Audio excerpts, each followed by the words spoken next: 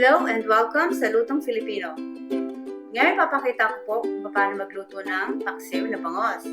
Mga kakailanganin natin: boneless na bangos, vinegar, salt, ground black pepper, luya, sibuyas, bawang, peppercorn, mantika, sili, talong, at saka konting tubig. So, mag-umpisa na po tayo magluto. Sa isang pot, i-boil natin yung tubig.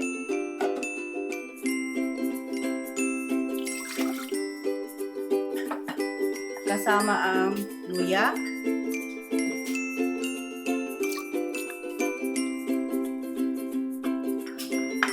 sibuyas,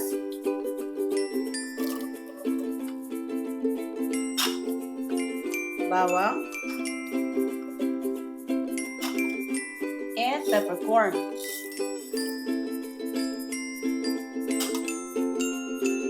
Hayaan po natin siyang kumulo for 2 minutes. Yan, mukhang ready na. Kumukulo na siya.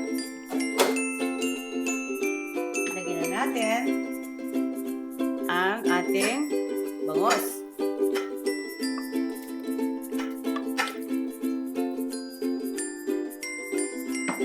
Dagdag na rin natin yung salt.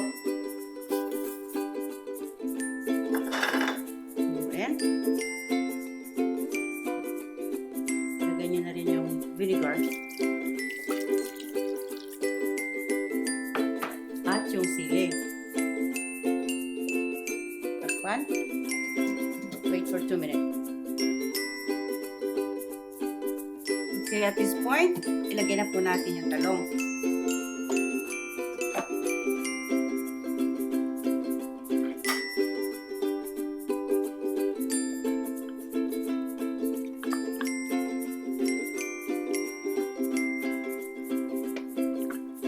Takpan again. Then wait for 4 minutes. Sige, i-check na po natin kung ano nangyayari na rito. Ayan. Ganda na siya.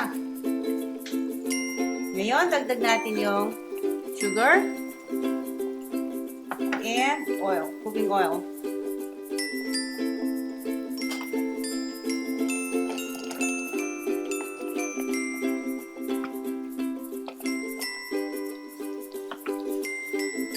Takpan.